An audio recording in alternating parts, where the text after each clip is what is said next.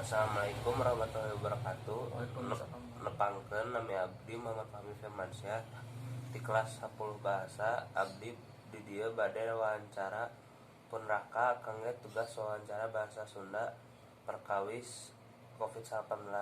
Mangga tepangkeun heula. Mohon tepangkeun nami simkuring Muhammad Farid Zaldi rakana Pahmi.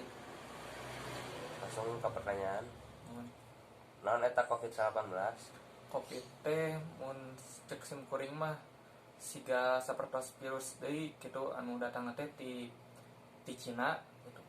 Anu nyebabkeun naon warga teh paranik gitu. Iraha COVID-19 asup ke Indonesia? Mun teu salah teh Covid teh asup ka Indonesia teh tahun 2020 Maret. Naon dampak ayana COVID-19 ka pembelajaran sekolah?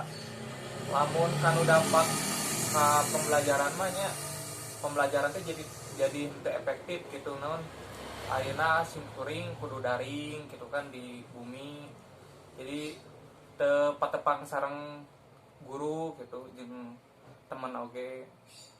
Kumaha cara nungkulan COVID-19?